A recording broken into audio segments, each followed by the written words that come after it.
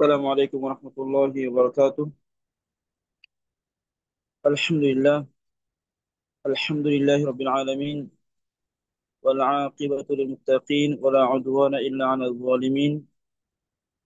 والصلاة والسلام على نبينا محمد الأمين، وعلى آله وأصحابه الطيبين الطاهرين، ومن تبعهم بإحسان إلى يوم الدين. أما بعد، يقول الله سبحانه وتعالى في محكم تنزيله: وما خلقت الجن والإنس إلا ليعبدون. وقال سبحانه وتعالى: يا أيها الناس قد جاءتكم موعظة من ربكم وشفاء لما في الصدور وهدى ورحمة للمؤمنين.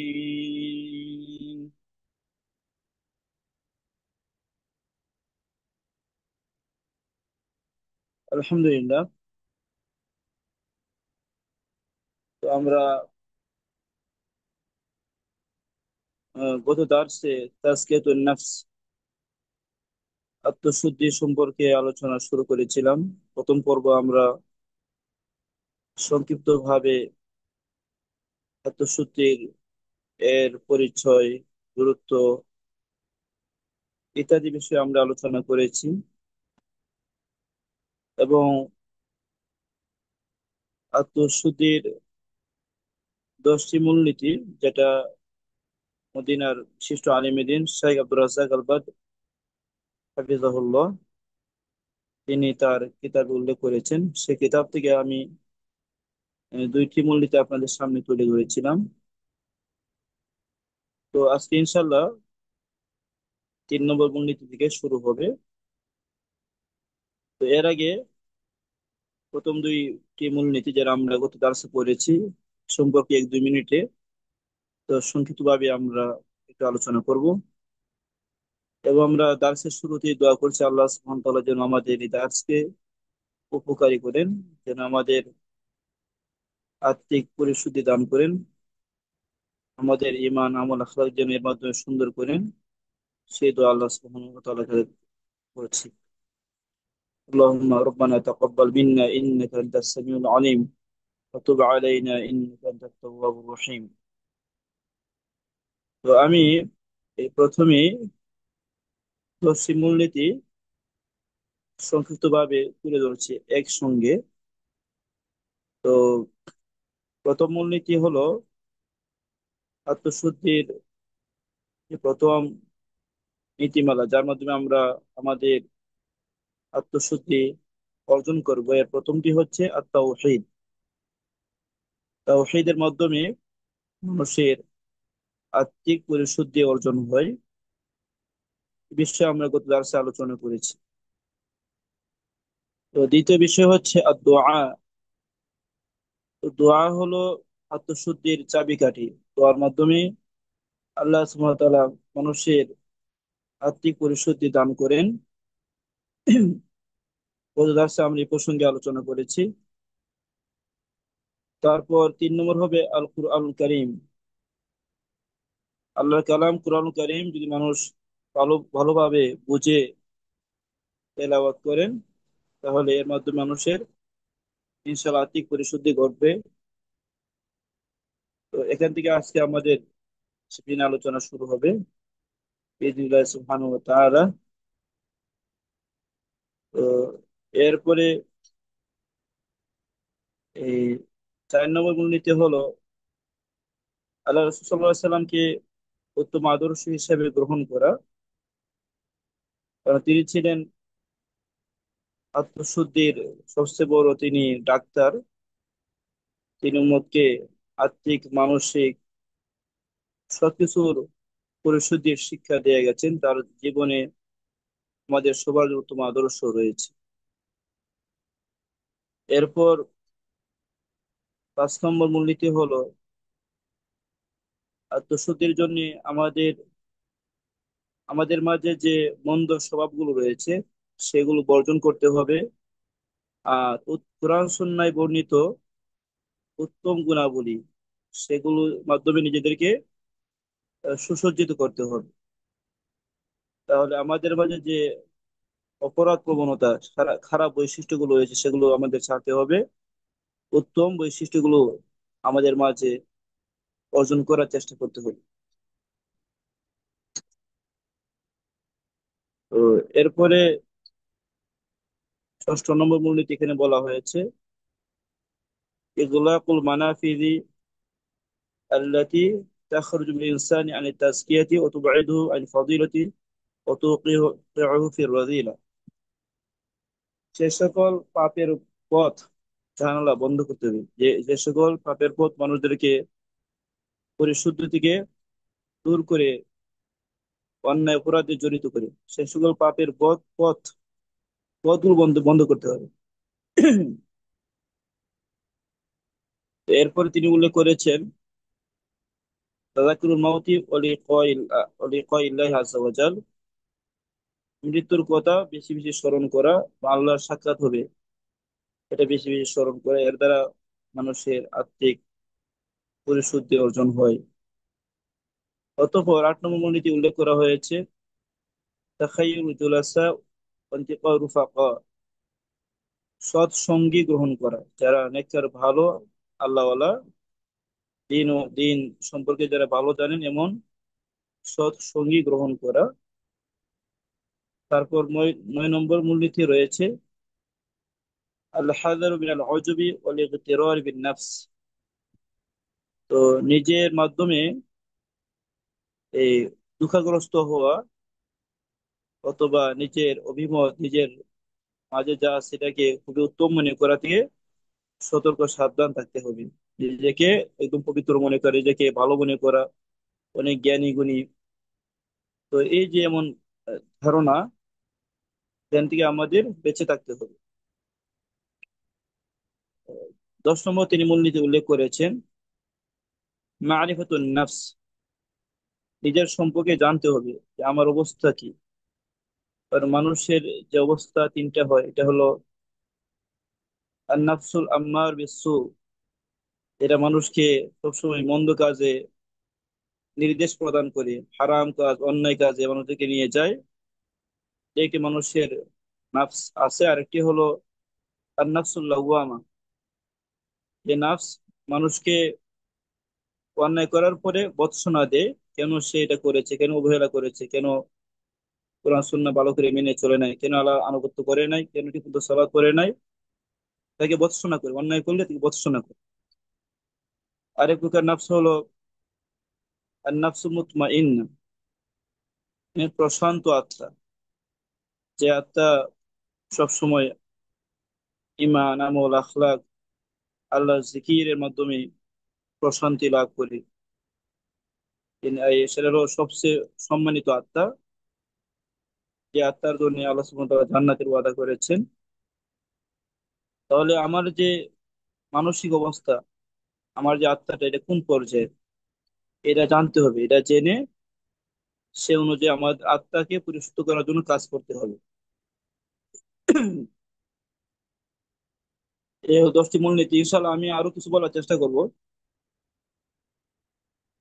এই আলোচনার মধ্যখানে অনেক কিছু আসবে, নতুন কিছু আসবে ইনশাল্লাহ। তো আজকে দেখে যে আমরা কতটা পড়তে পারি, এবং আমি ইনশাল্লাহ এখানে যা আছে এর চেয়ে প্রয়োজনীয় বেশি যেটা বলার, সেটা ইনশাল্লাহ আমি বলবো বিইذনিল্লাহ সুবহানাহু ওয়া তাআলা।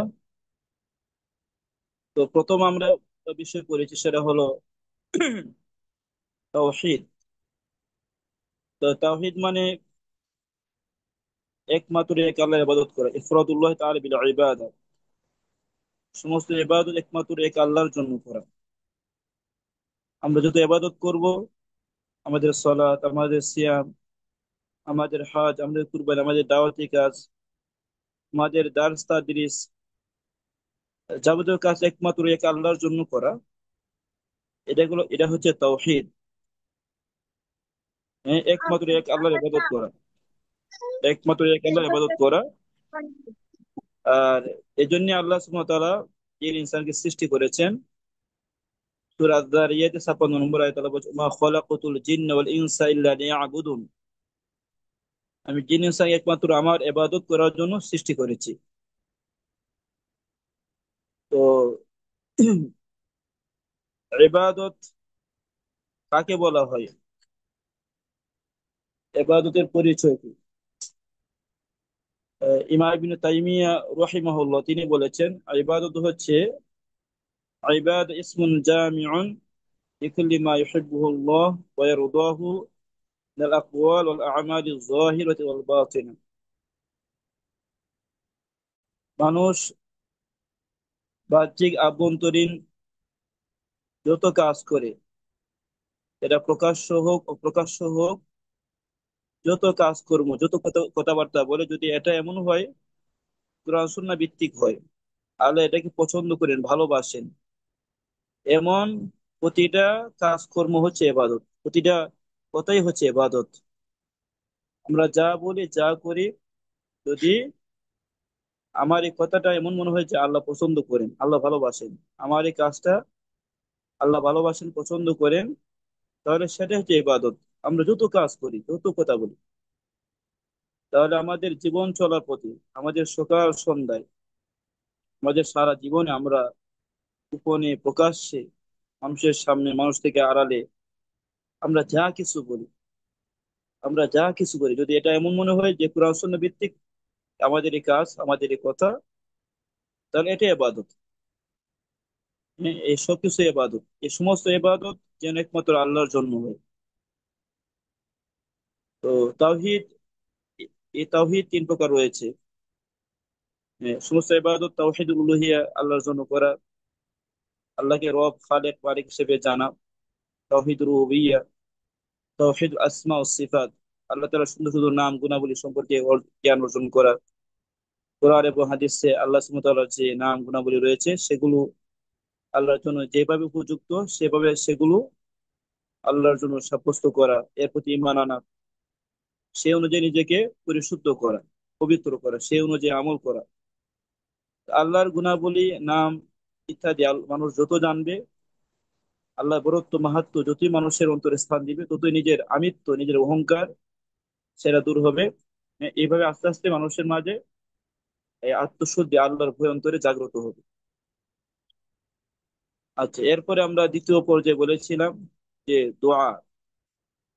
দোয়া হচ্ছে আত্মশুদ্ধির দ্বিতীয় মাধ্যম বা মূলনীতি। দোয়া হচ্ছে ইবাদত। সমস্ত কল্যাণকর বিষয় যদি আমরা করতে চাই, অবশ্যই দোয়ার বিকল্প নেই। দোয়ার মাধ্যমে যাবতীয় কল্যাণের পথ আল্লাহ সুবহানাহু ওয়া তাআলা প্রদর্শন করেন। দোয়ার মাধ্যমে দুনিয়া এবং পরকালে যাবতীয় প্রয়োজন আল্লাহ তাআলা পূর্ণ করে দেন। তো এই আত্মশুদ্ধির জন্য আল্লাহ রাসূল সাল্লাল্লাহু আলাইহি ওয়াসাল্লাম দোয়া করেছেন, সেটা আমরা গত দার্সে বলেছি। আল্লাহুম্মা আতি নাফসি তাকওয়াহা ওয়া যাক্কিহা আনতা খায়রু মান যাক্কাহা আনতা ওয়ালিয়্যুহা মাওলাহা। তো আমাদের দোয়া সবসময় করা উচিত, প্রতিদিন দোয়া করা উচিত। দোয়ার ক্ষেত্রে আমরা অনেক সময় অবহেলা করি, গাফিলতি করি। তো বেশি বেশি দোয়া করা উচিত, আমার আপনার সবারই। যাবতীয় কল্যাণের জন্য দোয়া করতে হবে। আমরা যতই আল্লাহমুখী হব, যদি দোয়া করব, ততই আমাদের মন নরম হবে, কোমল হবে, আমাদের অন্তরটা আল্লাহর দিকে ধাবিত হবে। আহ, হৃদয়ে আত্মশুদ্ধির এই যে একটা মনোভাব, গুণাবলী, সেটা ধীরে ধীরে এটা অর্জন হবে। আত্ম অহমিকা, অহংকার, খারাপ যে চিন্তা চেতনা, সেগুলো ইনশাল্লাহ দূর হবে দোয়ার মাধ্যমে। এই জন্য দোয়া করতে হবে, বেশি বেশি দোয়া করা, আল্লাহর কাছে একদম কান্নাকাটি করে, একদম অনুতপ্ত লজ্জিত হয়ে দোয়া করতে হবে। তো এক্ষেত্রে যে সকল সময় দোয়া কবুল হয়, সে সময়গুলো বেশি বেশি দোয়া করা। তো যেমন শেষ সাথে দোয়া কবুল হয়, আজান ইকামতের মাঝে দোয়া কবুল হয়, সিয়াম রেখে দোয়া করলে দোয়া কবুল হয়, তো জুলুমের শিকার হয়ে দোয়া করলে দোয়া কবুল হয়। তেমনি ভাবে এই যে পিতামাতা সন্তানের জন্য দোয়া করলে এই দোয়া আল্লাহর দরবারে কবুল হয়ে যায়। তো সন্তানের জন্য, পরিবারের জন্য দোয়া করা, সবার জন্য দোয়া করতে হবে, পরস্পরের জন্য। মমিন যদি অন্য মমিনের জন্য গোপনে দোয়া করে, তাহলে সে দোয়া আল্লাহর দরবারে কবুল হয়ে যায়, আল্লাহর কাছে সে দোয়া পৌঁছে যায়। তাহলে প্রত্যেক মমিন যারা আছে, আমাদের পরিচিত ভাই বোন যারা আছে, তিনি ভাই বোন, আত্মীয় স্বজন, এদের জন্য গোপনে আল্লাহর কাছে দোয়া করতে হবে। তো, আচ্ছা, এরপরে আসুন, এ সম্পর্কে আমরা আর লম্বা বলবো না। 3 নম্বর মূলনীতি যারা, আমরা সেদিকে যাচ্ছি। আচ্ছা, দোয়ার ক্ষেত্রে আরেকটা বিষয় বলে দিই, সেটা হলো আহ, দোয়া করতে হবে একদম ইখলাসের সাথে, একমাত্র আল্লাহর জন্য করা। এবং দোয়া কবুলের জন্য কিন্তু শর্ত হলো হালাল খেতে হবে, হালাল খাওয়া জরুরি। হ্যাঁ, হারাম খেয়ে, সুদ খেয়ে, ঘুষ খেয়ে যদি আমরা দোয়া করি, দোয়া আল্লাহর কাছে কবুল হবে না। হ্যাঁ, হারাম খেয়ে দোয়া করলে সেই দোয়া আল্লাহর কাছে কবুল হয় না। এবং দোয়ার সময় একদম অনুতপ্ত, লজ্জিত হয়, এবং ইনকিসার, আল্লাহর সামনে নিজেকে একদম সঁপে দেওয়া, আমি দুর্বল, যে দুর্বলতা প্রকাশ করা, একদম আমি অনন্য পাই, একদম বিনয় হয়ে আল্লাহর কাছে দোয়া করা, এটা জরুরি। অনেক সময় দোয়া করে মানুষ দেখে যা উদাসীন, অবহেলা রয়েছে, বেখেয়াল, ওই এমনি দোয়া করে, না, এই দোয়া চলবে না, একদম নিজেকে, হ্যাঁ, কান্না করে একদম আল্লাহর সামনে নত হয়ে দোয়া করতে হবে। তো যদি একদম মানুষ একবারে নিজেকে সঁপে দিয়ে দোয়া করে, আল্লাহ অবশ্যই সেই দোয়া ফিরিয়ে দেন না। আল্লাহ তাআলা লজ্জা হয় বান্দাকে খালি হাতে হাতে ফিরিয়ে দিতে, আল্লাহর অনেক লজ্জা হয়। আহ, এরপর দোয়ার ক্ষেত্রে তাড়াহুড়া না করা, কবুল, হ্যাঁ, ইয়াকিন, বিশ্বাস নিয়ে দোয়া করা, তাড়াহুড়া না করা। রাসূলের উপর দরুদ পাঠ করা, দোয়া করার ক্ষেত্রে সীমা লঙ্ঘন না করা। তো এরপরে দোয়ার ক্ষেত্রে সম্ভব হইলে কোরআন সুন্নাহর যে এই বড় বড় দোয়া আছে, যে দোয়াটা হলো যাবতীয় বিষয়কে শামিল করে, জামিউদ দোয়া। কিছু দোয়া আছে অল্প দোয়া, কিন্তু এর মর্মার্থ বিশাল, এর মর্ম বিশাল, সেসব বিষয়ের দোয়া করার চেষ্টা করা, এবং দোয়া করা সচল অসচল অবস্থায়। আমরা সাধারণত দেখা যায় বিপদে পড়লে আল্লাহকে ডাকি, তো সুখে থাকলে আল্লাহকে ভুলে যাই। না, সুখে দুঃখে সবসময় আল্লাহকে দোয়া করতে হবে, প্রতিদিন দোয়া করা উচিত। এরপরে আসলে 3 নম্বর মূলনীতি হলো কুরআনুল কারীম। তো শাইখ আব্দুর রাজ্জাক আল বাদ তিনি বলছেন, কুরআনুল কারীম হলো মানবাউত তাজকিয়া ওয়া মাঈনুহা, আত্মশুদ্ধির এটা উৎস। হ্যাঁ, আল কুরআনুল কারীম আল্লাহ সুবহানাহু ওয়া তাআলার বাণী। তো আমি গত দর্শে এই আয়াতটি তেলাওয়াত করছিলাম আপনাদের সামনে।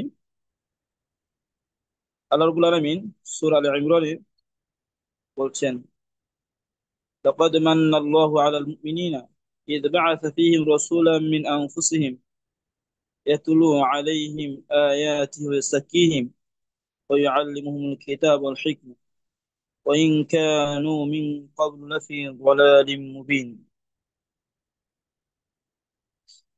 আল্লাহ সুবহানাহু ওয়া তাআলা সূরা আলে ইমরানের 164 নম্বর আয়াতে আল্লাহ বলছেন, লাকাদ মান্না আল্লাহু আলাল মুমিনিনা, আল্লাহ অবশ্যই মুমিনদের প্রতি দয়া করেছেন, ইয বা'আথা ফীহিম রাসূলাম মিন আনফুসিহিম, কেননা তিনি এদের মধ্য হতে একজন রাসূল পাঠিয়েছেন, ইয়াতলু আলাইহিম আয়াতিহি, যে রাসূল এদের কাছে আল্লাহর আয়াতগুলো তেলাওয়াত করে শোনান, কোরআনের আয়াত।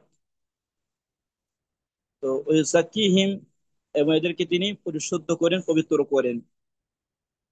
ওই আল্লিমুহুমুল কিতাব ওয়াল হিকমা, এবং তিনি এদেরকে তা কোরআনের জ্ঞান শিক্ষা দেন, হিকমা এবং সুন্নাহ শিক্ষা দান করেন। তাহলে এই আয়াতে, সূরা আলে ইমরান 164 নম্বর আয়াত, এই আয়াতে বোঝা যাচ্ছে যে কোরআনের জ্ঞান শিক্ষা দেওয়া এবং কোরআনের তেলাওয়াত, এই দুইটা হলো গুমরাহি থেকে মুক্তি পাওয়ার মাধ্যম, আত্মশুদ্ধি হওয়ার বড় বড় মাধ্যম।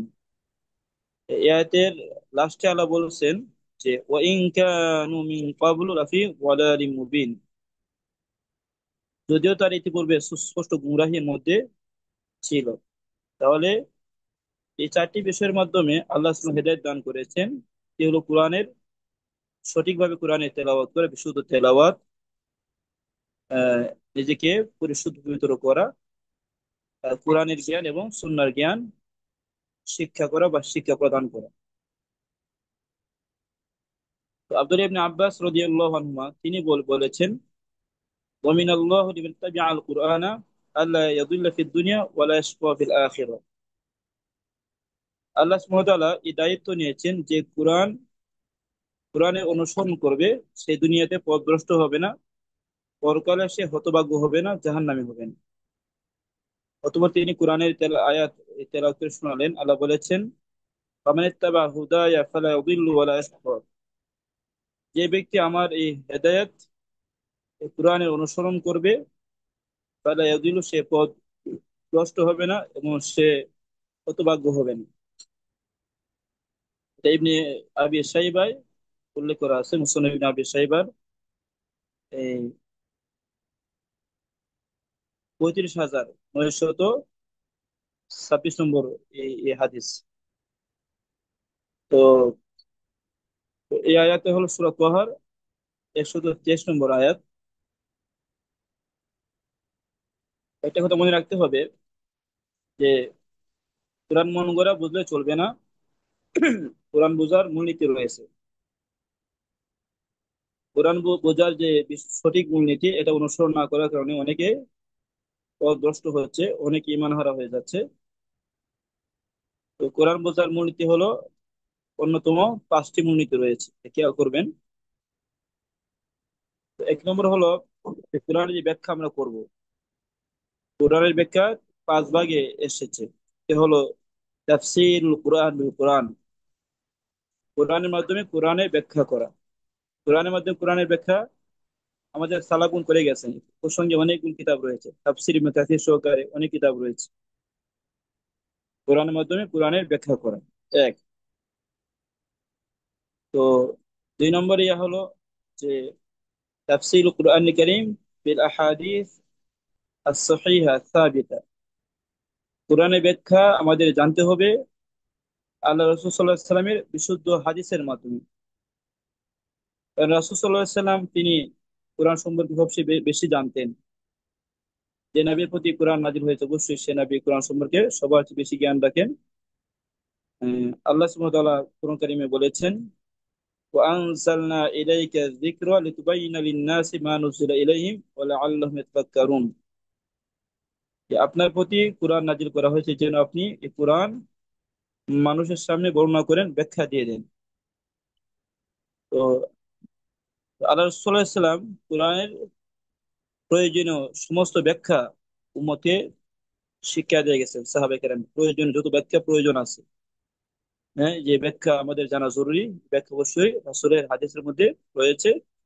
ওর সঙ্গে তাফসীরের কিতাবগুলোতে বিস্তারিত, হ্যাঁ, রাসূল সাল্লাল্লাহু আলাইহি সাল্লামের হাদিসের বিবরণ সেখানে উল্লেখ করা হয়েছে। তাহলে কোরআনের ব্যাখ্যা, কোরআনের অর্থ মর্ম বুঝতে হবে রাসূল সাল্লাল্লাহু আলাইহি সাল্লামের হাদিসের আলো। এরপর 3 নম্বর মূলনীতি হলো তাফসীর কোরআন বিআকওয়ালিস সাহাবা, কোরআনের মর্ম অর্থ জানতে হবে সাহাবীদের তাফসীরের, সাহাবীদের বক্তব্য, সাহাবীরা কিভাবে কোরআন তাফসীর করেছে। কারণ সাহাবীরা এরা সরাসরি আল্লাহ রাসূল সাল্লাল্লাহু আলাইহি সাল্লামের ছাত্র ছিলেন। তারা কোরআন নাজিলের প্রেক্ষাপট তারা দেখেছেন, কিভাবে কোরআন নাজিল হয়েছে। কোরআন নাজিলের সময় তারা ছিলেন, রাসূলের কাছে তারা থাকতেন, এবং তারা উম্মার মাঝে সবচেয়ে তারা জ্ঞানী ছিলেন, সবচেয়ে তারা তাকওয়াবান ছিলেন, সবচেয়ে মেধার অধিকারী ছিলেন সাহাবায়ে কেরাম, সবচেয়ে তাকওয়াবান আমানতদার ছিলেন, প্রখর মেধার অধিকারী ছিলেন। এবং তাদের মেইন ভাষা হচ্ছে আরবি। এই জন্য এক তো তারা রাসূলের কাছ থেকে তাফসীর জেনেছেন, শিখেছেন, আবার কোরআন নাজিরের প্রেক্ষাপট তারা দেখেছেন। হ্যাঁ, সরাসরি আল্লাহ সুবহানাহু ওয়া তাআলা সাহাবীদেরকে সম্বোধন করেছেন। তো এবং তারা আরবি ভাষা সম্পর্কে সবচেয়ে তারা জ্ঞানী ছিলেন, সবচেয়ে আমানতদার তাকওয়াবান, সবচেয়ে উম্মার মধ্যে সবচেয়ে জ্ঞানী, সবচেয়ে ন্যায়পরায়ণ ছিলেন সাহাবায়ে কেরাম। এদের প্রসঙ্গে আল্লাহ সুবহানাহু কোরআন কারীমের অনেক আয়াত নাযিল করেছেন সাহাবীদের মর্যাদা প্রসঙ্গে। রাসূলের অসংখ্য হাদিস রয়েছে। এজন্য সাহাবীদের তাফসীরের আলোকে কোরআন বুঝতে হবে। 4 নম্বর মূলনীতি হলো তাফসীরুল কোরআন বিআকওয়ালি আত-তাবিঈন। তাবিঈনদের ব্যাখ্যা বিশ্লেষণের আলোকে কোরআন বুঝতে হবে। তাবিঈন বিশিষ্ট বিশ্ববরণীয় ইমাম ছিলেন তারা। তাবিঈন তার সরাসরি রাসূলের সাহাবীদের ছাত্র ছিলেন। হ্যাঁ, সাহাবী তাবিঈনদের এই যে তাফসীর গুলো, তাফসীরের কিতাবগুলোতে উল্লেখ রয়েছে, অসংখ্য তাফসীর এসেছে তাদের কাছ থেকে। তো এরপরে তাফসীর করার নিয়ম হচ্ছে তাফসীর কোরআন বিলিসানিল আরব, আরবদের ভাষা, আরবি ভাষার মাধ্যমে কোরআনে তাফসীর করা। তো যেহেতু কোরআন আরবি ভাষা নাজিল হয়েছে, অতএব আরবি ভাষা যদি কেউ পাণ্ডিত্য লাভ করে, পাশাপাশি পূর্বে যে 4টি বিষয় রয়েছে, পূর্বে 4টি বিষয়ে তার জ্ঞান থাকে, তাহলে অবশ্যই তিনি কোরআন ভালোভাবে বুঝতে পারবেন। তো আমরা দেখা যায় অনেকে এই যে পথভ্রষ্ট গুমরা হয় কেন? আহ, মুরুক্ষ যারা জাহেল, অথবা যাদের পরিচিতি নাই, এ সকল ফেসবুক অনলাইনে কে কি বললো তার অনুসরণ করে দেখা যায় আমরা অনেক অনেক সময় আমাদের দিনী ভাইয়েরা অথবা দিনী বোনেরা তারা ইমান হারা হয়েছে। হ্যাঁ, বিভিন্ন ফেতনার তারা মুখোমুখি হয়ে যান, ফেতনায় পড়ে যান। হ্যাঁ, ইদানিং দেখা যায় অনেকে বলে যে কোরআনই যথেষ্ট, হাদিস মানার কোনো প্রয়োজন নেই। নাউজুবিল্লাহ মিন যালিক। এটা কত জঘন্য ইমান বিধ্বংসী এই মনোভাব, এটা কত জঘন্য ইমান বিধ্বংসী কথা। আসলে হাদিস যদি আপনি না মানেন, তাহলে তো আপনি সলাতে আদু পর্যন্ত শুরু থেকে নিয়ে কোরআনে কিছুই নেই, ডিটেলস বিবরণ কোরআনে নেই। কোরআনে শুধু আল্লাহ বলছেন সলাত কায়েম করো। তো সলাতের একদম শুরু থেকে নিয়ে শেষ পর্যন্ত পূর্ণ বিবরণ আসলে হাদিসে এসেছে। জাকাতের কথা আল্লাহ কোরআনে বলেছেন, কি পরিমাণ জাকাতের উপর জাকাত আবশ্যক হবে, কি পরিমাণ জাকাত দিতে হবে, বিস্তারিত জাকাতের সম্পদ কি কি, এগুলো রাসূলের হাদিসে এসেছে।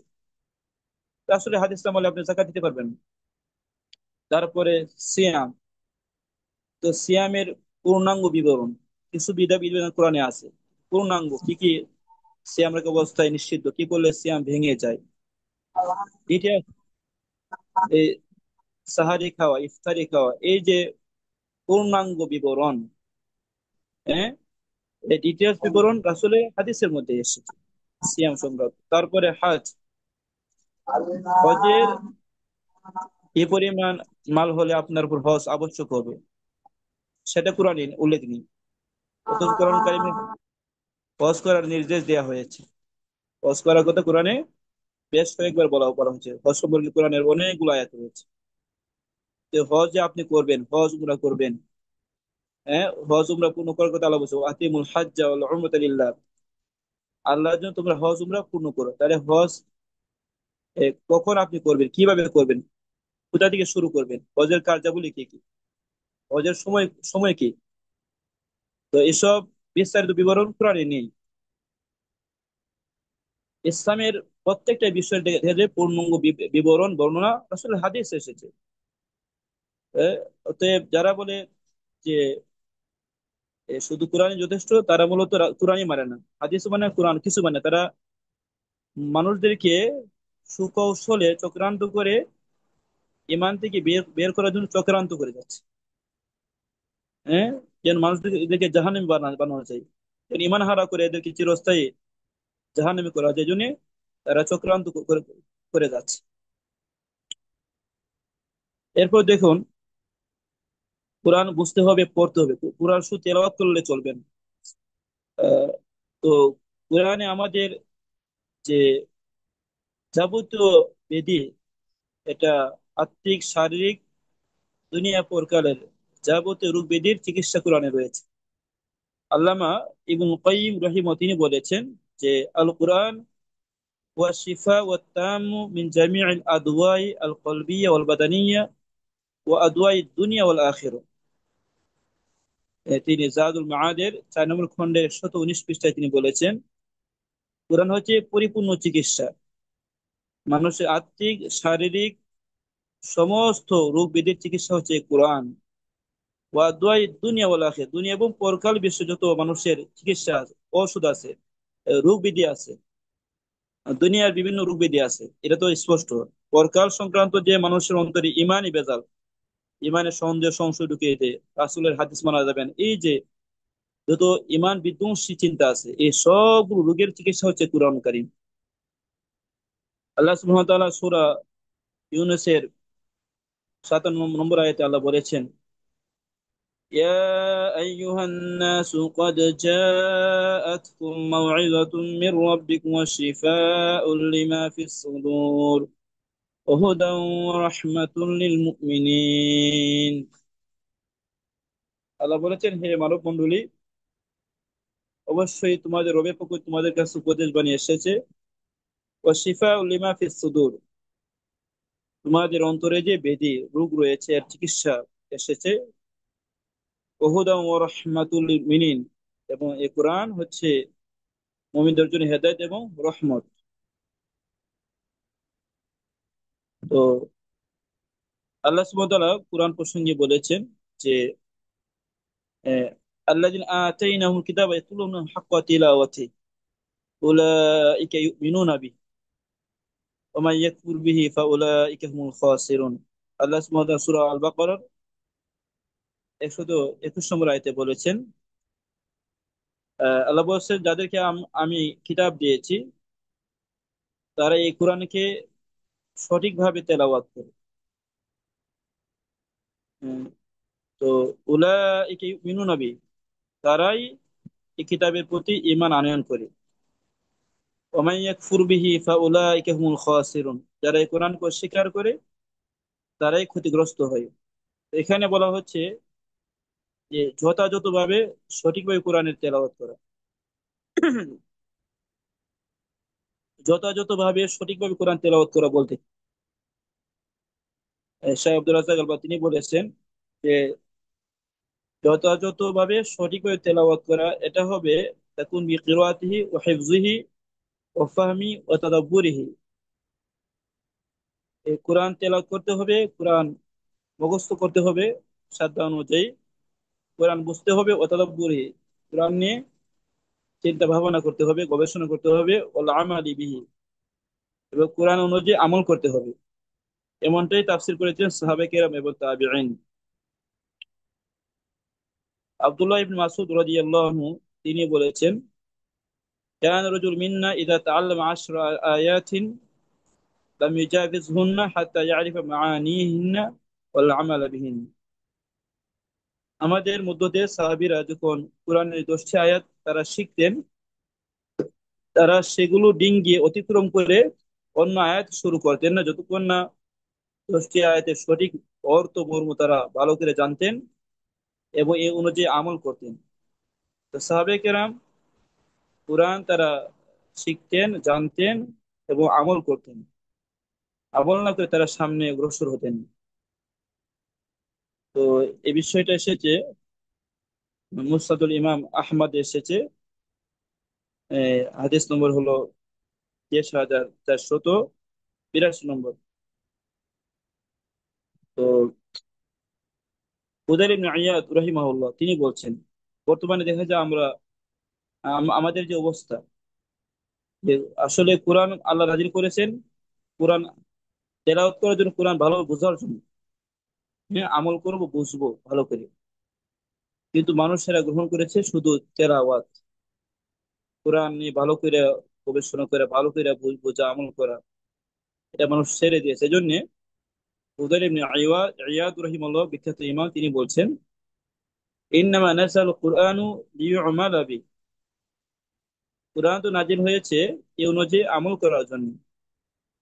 ফাত্তাখাযান নাসু কিরাআতাহু আমালান, এরপর মানুষেরা শুধুমাত্র কোরআনের তেলাওয়াতকে আমল হিসাবে গ্রহণ করেছে। আসলে কোরআন যে বুঝবে, আয়তে আনবে, কোরআনের মর্ম জানবে, কোরআনে গবেষণা করবে, কোরআনের হেদায়েত, নূর, আলো সেগুলো গ্রহণ করবে, হ্যাঁ সেগুলো মানুষ করে না, শুধু শুধু একটু তেলাওয়াত করলো না বুঝে। তো আসলে এই যে আমরা কোরআন বুঝি না, এই জন্য আমাদের আত্মিক পরিশুদ্ধি অর্জন হয় না।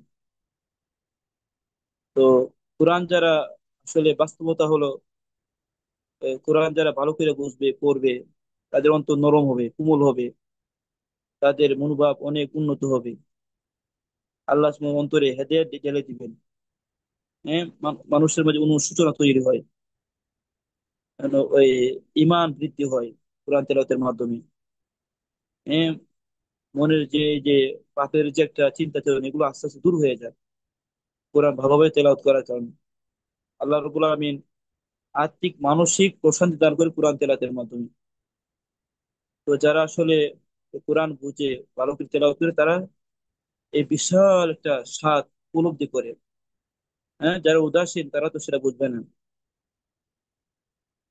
আল্লাহ সুবহানাহু ওয়া তাআলা সূরা আল কমারে কয়েকবার বলেছেন, ওয়ালাকাদ ইয়াসসারনাল কুরআনা লিযিকরি ফাহাল মিন মুদ্দাকির।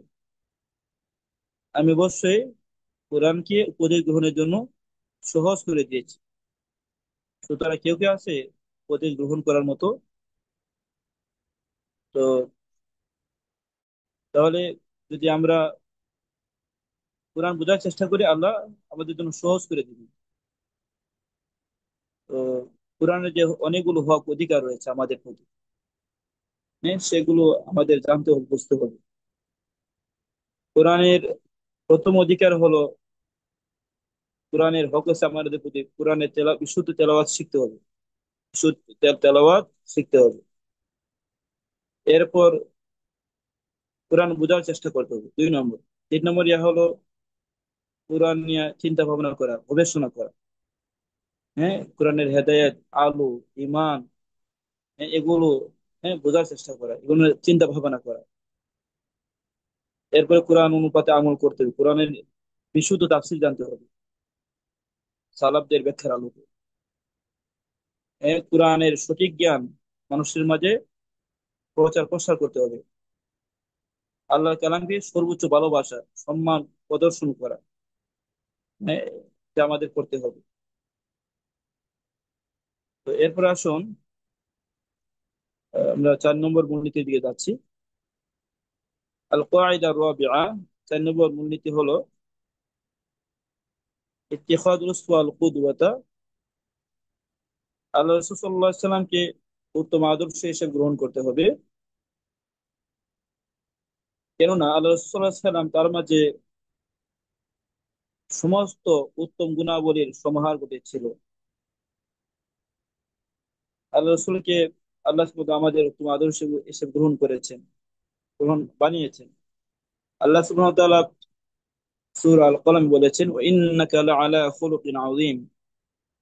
হে নবী, নিশ্চয় আপনি মহান চরিত্রের অধিকারী।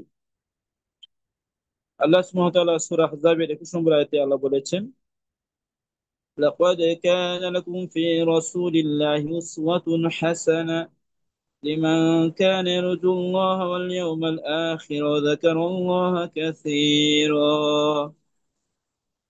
অবশ্যই তোমাদের জন্য আল্লাহ রসুলের মাঝে উত্তম আদর্শ রয়েছে। লিমান কানা ইয়ারজুল্লাহ ওয়াল ইয়াওমাল আখির, যে আল্লাহ এবং পরকালের আশা রাখে, আল্লাহ পরকালের যে বিশ্বাসী। ওয়া যাকারাল্লাহ কাসীরা, বেশি বেশি আল্লাহকে স্মরণ করে, তাদের জন্য অবশ্যই রাসূলের মাঝে উত্তম আদর্শ রয়েছে। আল্লামা ইমাম ইবনু কাসির রহিমাহুল্লাহ, তিনি তাফসীর ইবনে কাসিরের উল্লেখ করেছে, তিনি বলছেন, হাদিল আয়া আল কারিমা আসলুন কাবীরুন ফি তাআসসি বিরাসূলিল্লাহ সাল্লাল্লাহু আলাইহি ওয়াসাল্লাম। এই আয়াত হচ্ছে মেন দলিল, মেন দলিল যে আল্লাহ রাসূলুল্লাহ সাল্লাল্লাহু আলাইহি ওয়াসাল্লামের যে আদর্শ গ্রহণ করতে হবে, তার কথাবার্তা, তার কাজকর্ম, তার অবস্থা, তার জীবন চরিত্র ইত্যাদির আমাদের জেনে রাসূল অনুসরণ করা প্রসঙ্গে এই আয়াতটি হচ্ছে মেন দলিল। আসলুন কাবীর, বড় একটি দলিল। তো হাসান বসরি রহিমাহুল্লাহ তিনি বলেছেন, তো রাসূলের জামানায় একদল বলল যে, ইন্না নুহিব্বু রাব্বানা, নিশ্চয় আমরা আমাদের রবকে ভালোবাসি। তখন আল্লাহ তাআলা এই আয়াত নাযিল করলেন, যে আল্লাহ বলছেন সূরা আল ইমরানের 31 নম্বর আয়াত, আল্লাহ বলছেন, قل إن كنتم تحبون الله فاتبعوني يحببكم الله ويغفر لكم ذنوبكم والله غفور رحيم। যে নবী বলে দিন, যদি তোমরা আল্লাহকে ভালোবাসতে চাও তাহলে ফাত্তাবিউনি, তোমরা আমি নবীর অনুসরণ করো। তাহলে আল্লাহর ভালোবাসা পেতে হলে রাসূলের সুন্নাহ, রাসূলের আনুগত্য করতে হবে। রাসূলের আনুগত্য করবো কিভাবে? রাসূলের হাদিসগুলো মেনে চলার মাধ্যমে, রাসূলের বিশুদ্ধ সেই হাদিসগুলো আমাদের মানতে হবে। ইউহিব্বুকুমুল্লাহ, তাহলে আল্লাহ তোমাদেরকে ভালোবাসবেন। ওয়া ইয়াগফির লাকুম যুনুবাকুম, আল্লাহ তোমাদের গুনাহগুলো মাফ করে দিবেন। স্পষ্ট আল্লাহ বলে দিয়েছেন। আল্লাহ ভালোবাসা পেতে হলে অবশ্যই রাসূলের আনুগত্য করতেই হবে। এর চেয়ে স্পষ্ট আয়াত আর কি হতে পারে? এরপরে এক শ্রেণী যারা পথভ্রষ্ট, যাদের অন্তর বক্র হয়ে গেছে, তারা বলে রাসূলের আনুগত্য করার প্রয়োজনে রাসূলের হাদিস মানতে হবে না। আল্লাহ সুবহানাহু ওয়া তাআলা সূরা নিসার ৮০ নম্বর আয়াতে বলছেন, মান ইউতি'আর রাসূল ফাকাদ আতা আল্লাহ, যে রাসূলের আনুগত্য করে সে আল্লাহর আনুগত্য করে, স্বয়ং আল্লাহকে মানে। এখান থেকে বোঝা যায় যে রাসূলকে মানে না, সে আল্লাহকে মানে না। রাসূলের আনুগত্য প্রসঙ্গে কোরআন কারীমের অন্তত ১০০ আয়াত আছে। আমরা মদিনায় বিস্তারিত পড়েছি, ১০০ আয়াত আছে আমার কাছে। আমি এখন ইচ্ছা হলে ২০-৩০টা আয়াত বলতে পারবো ইনশাআল্লাহ। তো রাসূলের আনুগত্য করা ছাড়া মুমিন হওয়ার কল্পনাই করা যায় না। আল্লাহ সুবহানাহু কোরআন কারীমে বলছেন, ফালা ওয়ারাব্বিকা লা ইউমিনুনা হাত্তা ইউহাক্কিমুকা ফীমা শাজারা বাইনাহুম। আল্লাহ বলেছেন, তোমার রবের কসম। হ্যাঁ, হ্যাঁ, আল্লাহ নিজের কসম করে বলেছেন, ফালা ওয়ারাব্বিকা লা ইউমিনুনা, তোমার রবের কসম, তারা মুমিন হতে পারবে, ইমানদার হতে পারবে না, হাত্তা ইউহাক্কিমুকা ফীমা শাজারা বাইনাহুম, যতক্ষণ না তারা আপনাকে ফয়সালাকারী রূপে গ্রহণ করবে তাদের মধ্যকার বিভেদপূর্ণ বিষয়ে। তাদের যে মাঝে যে ইখতিলাফ হয়, মতানৈক্য হয়, তাদের মাঝে মধ্যকার মতানৈক্যপূর্ণ বিষয়ে যতক্ষণ না তারা আপনাকে ফয়সালাকারী রূপে গ্রহণ করবে, এর আগে তারা মুমিন হতে পারবে না। সুম্মা লা ইয়াজিদু ফি আনফুসিহিম হারাজাম মিম্মা কাদাইতা, অতঃপর আপনার ফয়সালা করে বিষয়ে তারা যতক্ষণ না এমন হবে তারা দ্বিধাদ্বন্দ্ব উপলব্ধি করছে না, এই পর্যায়ে উপনীত হওয়ার আগ পর্যন্ত তারা তার মুমিন হবে না। ওয়া ইউসাল্লিমু তাসলিমা, এবং তারা পরিপূর্ণভাবে আপনার এই ফায়সালার সামনে আত্মসমর্পণ করা ছাড়া মুমিন হতে পারবে না। সূরা নিসার ৬৫ নম্বর আয়াত। তো মুনাফিকদের বৈশিষ্ট্য হলো রাসূলের কুরআন সুন্নাহ কথা বললে তারা মানুষদেরকে বাধা দিত। এই প্রসঙ্গে আসলে অনেক আয়াত আছে। আল্লাহ বলছেন, وَإِذَا قِيلَ لَهُمْ تَعَالَوْا إِلَى مَا أَنزَلَ اللَّهُ وَإِلَى الرَّسُولِ رَأَيْتَ المنافقين يصدون عنك صدودا। সূরা নিসার ৬১ নম্বর আয়াতে আল্লাহ বলেছেন, ওয়াইদা কিলা লাহুম তাআলাউ, যখন এই মুনাফিকদেরকে বলা হয়, তাআলা তোমরা আসো, ইলা মা আনজালাল্লাহ, আল্লাহ যা নাজিল করেছেন তোমরা এর দিকে আসো, কোরআনের দিকে আসো, ইলা রাসূলি, রাসূলের দিকে আসো। তো রাসূলের দিকে আসা মানে জীবদ্দশায় সরাসরি রাসূলের কাছে আসা, আর মৃত্যু পরে রাসূল সুন্নাহ, হ্যাঁ, রাসূল যা বলে গেছেন এর দিকে আগমন করা। রাআইতাল মুনাফিকিনা, তখন আপনি মুনাফিকদেরকে দেখতে পাবেন, ইয়াসুদ্দুনা আনকা সুদুদা, তারা আপনার কাছে আসতে বাধা দিচ্ছে। তাহলে রাসূলের দিকে আসতে, রাসূলের সুন্নাহ মানতে বাধা দেওয়া হলো মুনাফিকদের কাজ। মুনাফিকরা তারা আপনার কাছে আসতে বাধা দেয়। বাস্তবে দেখা যায় যারা বলে রাসূলের হাদিস মানতে হবে না, এইগুলো এদের মাঝে মুনাফিকই প্রভাব বিস্তার করেছে। এরা এক একটা মুনাফিক হয়ে বসে আছে, এদের খবর নেই। দেখলাম আমি এক পথভ্রষ্ট গুমরা গজ নিয়ে চরম নিকৃষ্ট একটা মন্তব্য করেছে তোয়াফের বিরুদ্ধে। সে অথচ তোয়াফের কথা কোরআনে আল্লাহ বলেছেন। তো আল্লাহ রসুল সাল্লাল্লাহু আলাইহি সাল্লাম নিজে বলেছেন, সহিহুল বুখারীর হাদিস, আল্লাহ রাসূল বলেছেন, আনাবি হুরায়রা রাদিয়াল্লাহু আনহু قال قال رسول الله صلى الله عليه وسلم كل امتي يدخلون الجنه الا من ابى। আমার উম্মতের সবাই জান্নাতে যাবে, যে অস্বীকার করবে সে ছাড়া। সাহাবীরা বলেন, قال يا رسول الله من يابى, ইয়া রাসূলুল্লাহ, কে আপনার আপনার অবাধ্য হবে?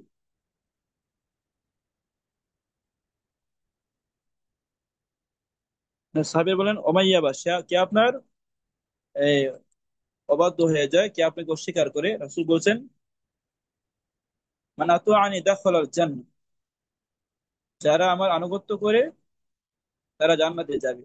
মান আসানি ফাকাদ আবা, আর যে আমার অবাধ্য হয়, আমাকে মানে না, তারা অস্বীকার করলো, তারা জাহান্নামী হবে। বুখারীর হাদিস। তাহলে যদি আমরা সত্যিকার রাসূলের উম্মত হতে পারি, তাহলে ইনশাআল্লাহ আশা করা যায় আমরা জান্নাতে হব। রাসূল ওয়াদা করেছেন। আর রাসূলের যে অবাধ্য হবে, রাসূলকে যারা মানবে না, তারা সবাই জাহান্নামী হবে। এজন্য রাসূলের অনেক দায়িত্ব আছে আমাদের প্রতি, অনেকগুলো হক রয়েছে। আসলে এই হক এক একটি বিষয় নিয়ে বললে দেখা যাবে আমাদের অনেক লম্বা আলোচনা করতে হবে। আমি সংক্ষিপ্ত কয়েকটা বিষয় বলছি। এক নম্বর বিষয় দায়িত্ব হলো রাসূলকে আমাদের সর্বোচ্চ ভালোবাসতে হবে। আল্লাহ রাসূল বুখারী মুসলিমের হাদিসে বলেছেন, লা ইউমিনু আহাদুকুম হাত্তা ইউহিব্বা লিআখিহি মা ইউহিব্বু লিনাফসিহি, লা ইউমিনু আহাদুকুম হাত্তা আকুনা হাব্বা ইলাইহি মিন ওয়ালিদিহি ওয়া ওয়ালাদিহি ওয়ান নাসি আজমাইন। তোমাদের কেউ মুমিন হতে পারবে না যতক্ষণ না আমি নবী তার কাছে তার পিতামাতা, সন্তান সন্ততি সন্ততি এবং পৃথিবীর সমস্ত মানুষের চেয়ে অধিক প্রিয় হবে। রাসূলকে সবার চেয়ে সবচেয়ে বেশি ভালোবাসতে, এমনকি নিজের প্রাণের চেয়ে রাসূলকে অধিক ভালোবাসতে হবে। আল্লাহ বলেছে, আন-নাবী আউলা বিল মুমিনিনা মিন আনফুসিহিম, নবী মুমিনদের আত্মার চেয়ে অধিক কাছের মানুষ, অধিক ঘনিষ্ঠ। তাহলে রাসূলকে সর্বোচ্চ ভালোবাসতে হবে, মনে প্রাণে ভালোবাসতে হবে। তো এই ভালোবাসাকে এই ভালোবাসার প্রমাণ, এই প্রমাণ করতে হবে রাসূলের আদর্শ গ্রহণের মাধ্যমে। তাহলে প্রকৃত ভালোবাসা হলো রাসূলের আদর্শ মেনে চলা। রাসূলের আদর্শ যারা মানে না, তারা তো আসলে রাসূলকে বাস্তবে তারা ভালোই বাসে না।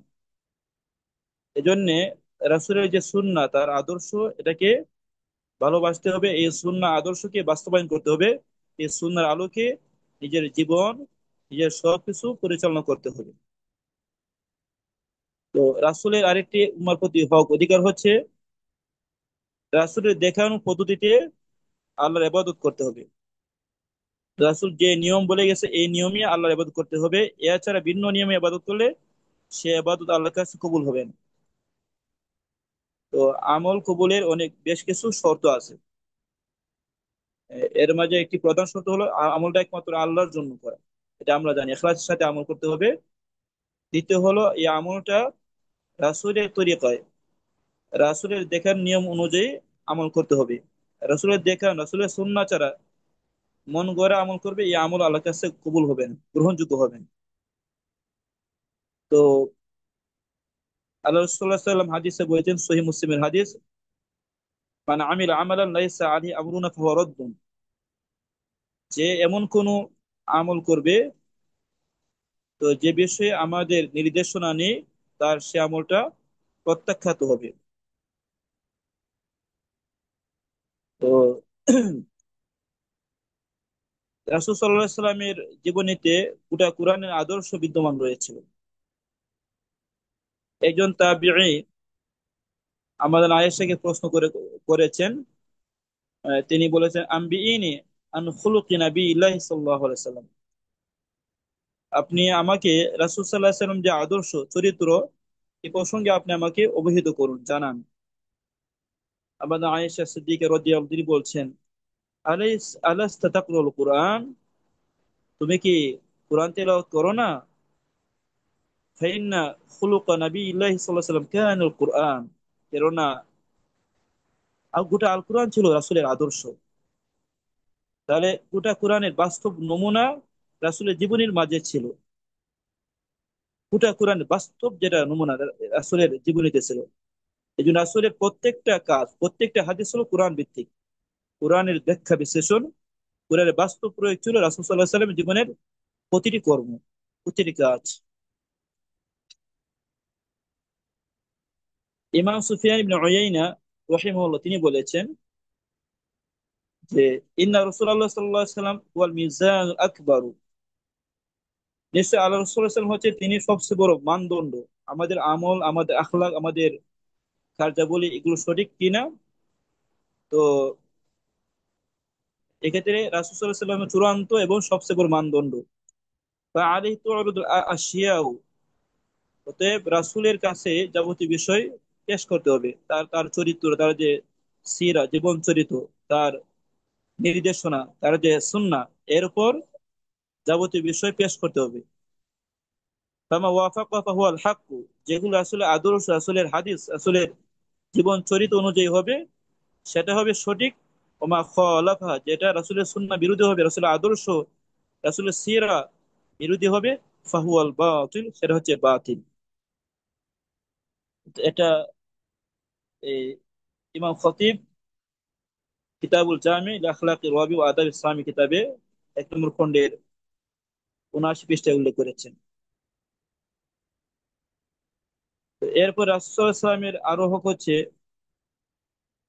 রাসূলের নামে কোনো বিদআত চালু না করা, রাসূলের নামে বাড়াবাড়ি না করা। হ্যাঁ, আল্লামা মুহাম্মদ সালেহ আল উসাইমিন রহিমাহুল্লাহ তিনি রাসূলের যে হক গুলো প্রায় 9টার বেশি হক উল্লেখ করেছেন। যাই হোক, আমরা মোটামুটি কয়েকটা বিষয় বলেছি। আহ, এরপর আরেকটা বিষয় আমি বলি, সেটা হলো আহ, রাসূলের যারা সত্যিকার প্রেমিক, যারা রাসূলের ধারক বাহক, এদেরকে ভালোবাসতে হবে। হ্যাঁ, এটাও রাসূলের ভালোবাসার অন্তর্ভুক্ত। রাসূলের সাহাবায়ে কেরাম, রাসূলের স্ত্রী যারা আছে, রাসূলের পরিবার পরিজন, রাসূলের সত্যিকার ওয়ারিস যারা আছে, আলেম উলামারা, এদের প্রতিও সুধারণা লেখা ভালোবাসা। তো এবং রাসূলের যারা দুশমন, রাসূলের সুন্নাহ বিরোধী, এদের সাথে অন্তর্বিদ্বেষ রাখা, এটাও রাসূলের ভালোবাসার অন্তর্ভুক্ত। এরপর আসুন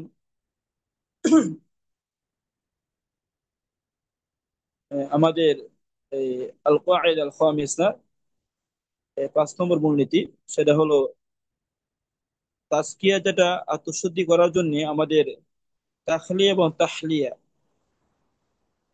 আমাদের গুনার যে প্রবণতা যেগুলো আছে সেগুলো দূর করতে হবে, এবং সমস্ত যে ভালো বৈশিষ্ট্য আছে সেগুলো আমাদের মাঝে সে সেসব বৈশিষ্ট্য আনতে হবে, সেসব বৈশিষ্ট্য আমাদের মাঝে তৈরি করতে হবে। তো আল্লাহ সুবহানাহু ওয়া তাআলা কোরআন কারিমে বলেছেন, خذ من أموالهم صدقة تطهرهم وتزكيهم بها وصل عليهم إن صلاتك سكن لهم। আল্লাহ বলেছেন, খুদ মিন আমওয়ালিহিম, খুদ মিন আমওয়ালিহিম সাদাকাতান তুতাহহিরুহুম তুযাক্কিহিম বিহা। হে নবী, আপনি আপনার সাহাবীদের কাছ থেকে এদের সম্পদ গ্রহণ করুন, সাদাকা, যাকাত হিসেবে, দান হিসেবে আপনি এদের সম্পদ গ্রহণ করুন। তুতাহহিরুহুম তুযাক্কিহিম বিহা, আপনি এদেরকে এর মাধ্যমে তুতাহহিরুহুম, পবিত্র করবেন। তো পবিত্র করবেন মানে কি?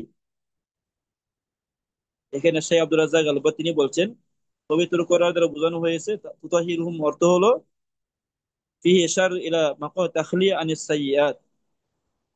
তো এখানে ইশারা করা হয়েছে যে পাপাচার থেকে পবিত্র করা, হ্যাঁ, গুনাহ থেকে, পাপ থেকে পবিত্র করা।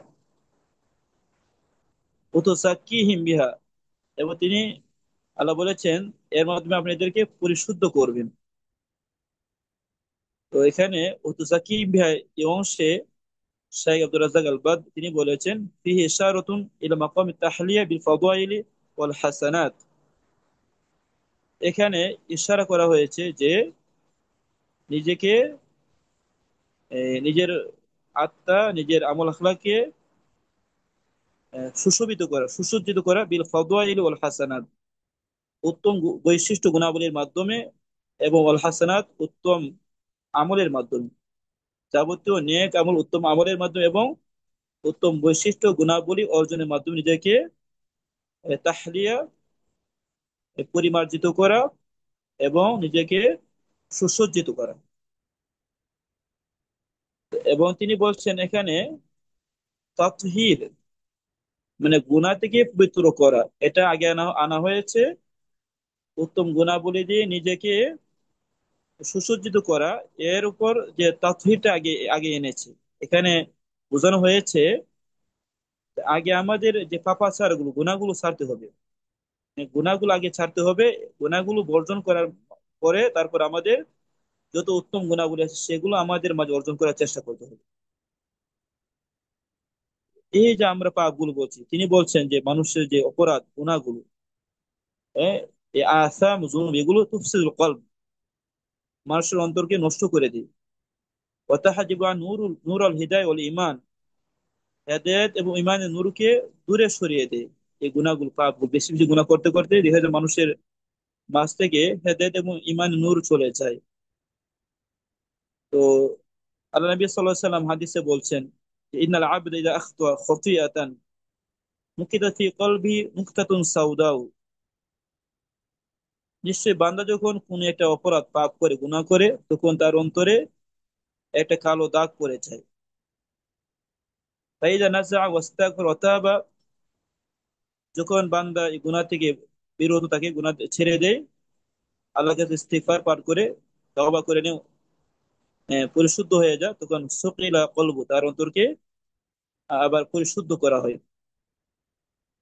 ওয়াইন আদা, যদি সে বান্দা আবার সে অন্যায় পাপ করে, গুনাহ করে, সিদা ফিহা, এই পাপ গুলো অন্তরে, এই যে মরিচিকা, এটা বৃদ্ধি করে দেওয়া হয়। এই গুনাহগুলো অন্তরে যে কালিমা আছে এটা আরো বেড়ে যায়। হাত্তা তাআলু কলবাহু, এমনকি এই গুনাহগুলি, এই পাপগুলো তাদের অন্তরের উপরে একদম আবরণ হয়ে যায়, অন্তরের উপর প্রবল হয়ে যায়। এটা হচ্ছে কোরআনে উল্লেখিত রান, রানা, কাল্লা বাল রানা আলা কুলুবিহিম মা কানু ইয়াকসিবুন, যে মানুষের অন্তরে যে মোহর, মোহরের যে মরিচিকা দাগ পড়ে যায়। গুনাহ করতে করতে মানুষের অন্তরে একটা মরিচিকার দাগ পড়ে যায়, এটাকে কোরআনে রানা বলা হয়েছে, রান। কাল্লা বাল রানা আলা কুলুবিহিম মা কানু ইয়াকসিবুন, বরং এদের অন্তরে মরিচিকার দাগ পড়ে গেছে, মোহর, যে মরিচিকার দাগ পড়ে গেছে অন্তরে, গুনাহ করতে করতে, অপরাধ করতে করতে, এদের কৃতকর্মের কারণে। তো এজন্য এই যে আমাদের অন্তরের যে গুনাহ গুলো রয়েছে সেগুলো, তিনি বলছেন বেশি বেশি নেক আমলের মাধ্যমে আহ, এই যে আমাদের অন্তরগুলোকে পবিত্র করতে হবে। ইস্তিসা মিনাস সালিহাত, নিজের বিরুদ্ধে মুজাহাদা করতে হবে এবং বেশি বেশি নেক আমলের মাধ্যমে নিজেকে পরিশুদ্ধ করার চেষ্টা করতে হবে। আল্লাহ সুবহানাহু কোরআন কারিমে বলেছেন, সূরা আহজাবের লাস্টের আয়াত, والذين جاهدوا فينا لنهدينهم سبلنا وإن الله لمع المحسنين। আল্লাহ বলেছেন, যারা আমার পথে আমাকে পাওয়ার জন্য প্রচেষ্টা করবে, অবশ্যই আমি আমাকে পাওয়ার যাবতীয় পথ এদেরকে প্রদর্শন করব। ওয়াইন্নাল্লাহা লামাআল মুহসিনিন, অবশ্যই আমি সৎকর্ম পরায়ণদের সাথে আছি। অর্থাৎ আল্লাহ তাআলার সাহায্য, আল্লাহর দয়া, আল্লাহর অনুগ্রহ এদের সাথে আছে। সাথে বলতে সত্যাগতভাবে আল্লাহ সুবহানাহু ওয়া তাআলা মানুষের সাথে না, আল্লাহ সুবহানাহু ওয়া তাআলা আরশের উপরে আছে, আরশে আজিমের উপরে আছেন, সেখান থেকে আল্লাহ তাআলা আমাদের সব দেখেন, আমাদের সাথে আছেন, আমরা আল্লাহর সামনে উপস্থিত। তো ইমাম ইবনে তাইমিয়া রাহিমাহুল্লাহ তিনি বলছেন, আহ, মাজমুল ফাতাওয়ার 10 খণ্ডের 97 পৃষ্ঠায় ইমাম ইবনে তাইমিয়া তিনি বলেছেন রাহিমাহুল্লাহ, যে ফাত্তাজকিয়াতু ওয়া ইন কানা আসওয়া আন-নুমা আন-নামাল ওয়াল বারাকা ওয়া জিয়াদাতুল খাইর। তাজকিয়া যে আত্মশুদ্ধি, যদিও এর মেন অর্থ হলো নিজের মাঝে প্রবৃদ্ধি ঘটা, অধিক বারাকা, কল্যাণ অর্জন করা।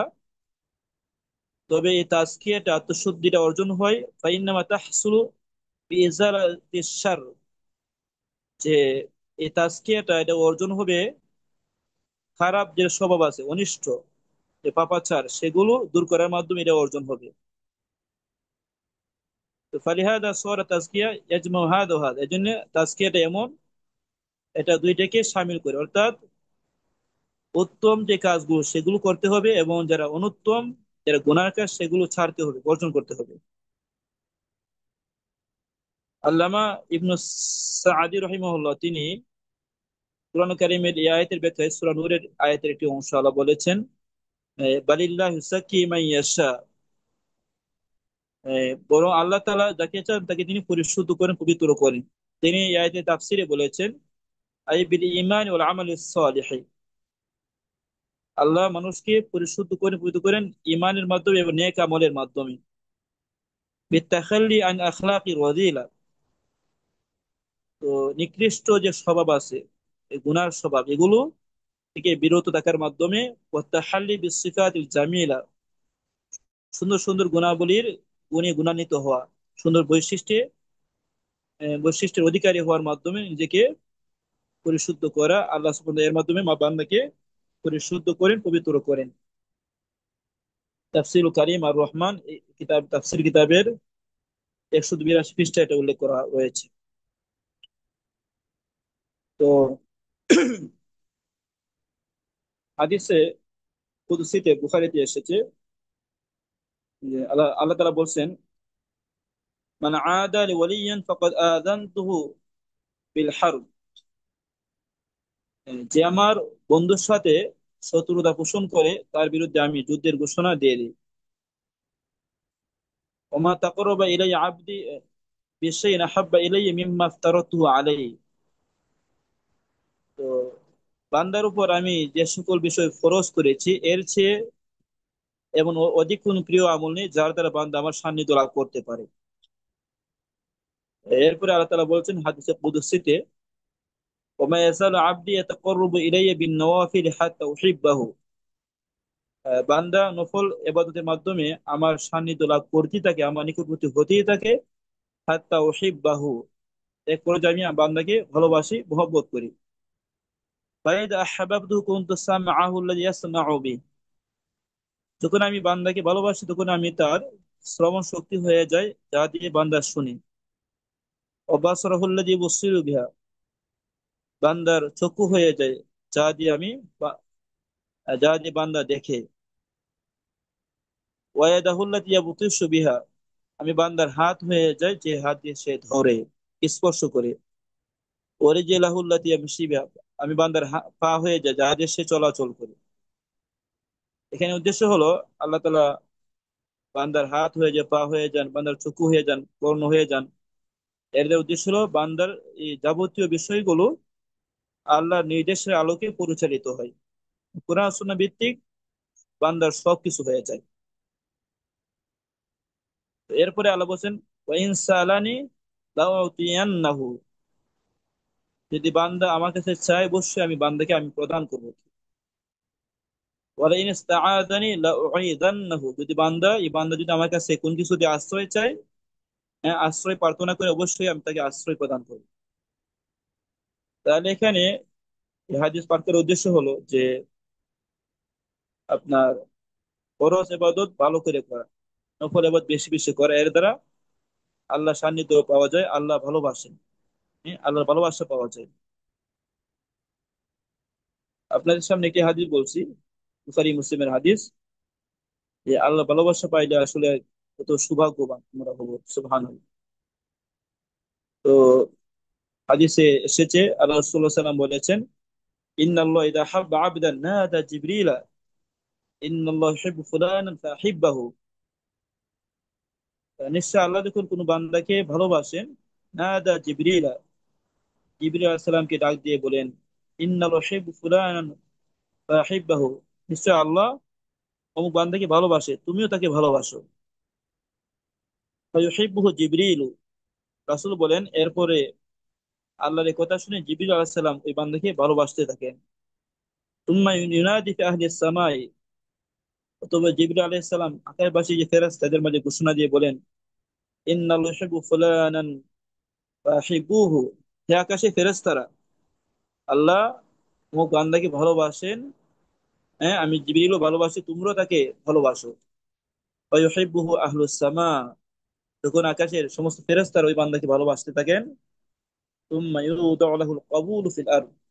এরপর আল্লাহ তাআলা তাকে, তার জন্য দুনিয়াতে একটা গ্রহণযোগ্যতা দিয়ে দেওয়া হয়। দুনিয়াতে দেখা যায় ইমানদার যারা মুমিন, তারাও তাকে কি করেন, ভালোবাসেন, মহব্বত করেন।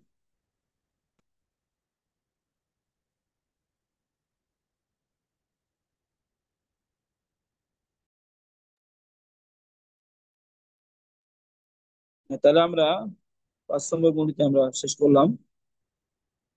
আল কায়দা সাদিসা, 6 নম্বর মূলনীতি আছে। আমরা মূলনীতিটা করবো নাকি আমরা প্রশ্ন নিব? আর একটু করে নিই তাহলে ইনশাআল্লাহ।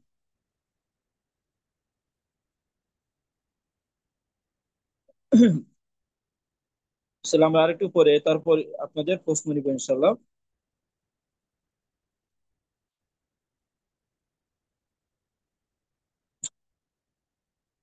আল কায়দা সাদিসা,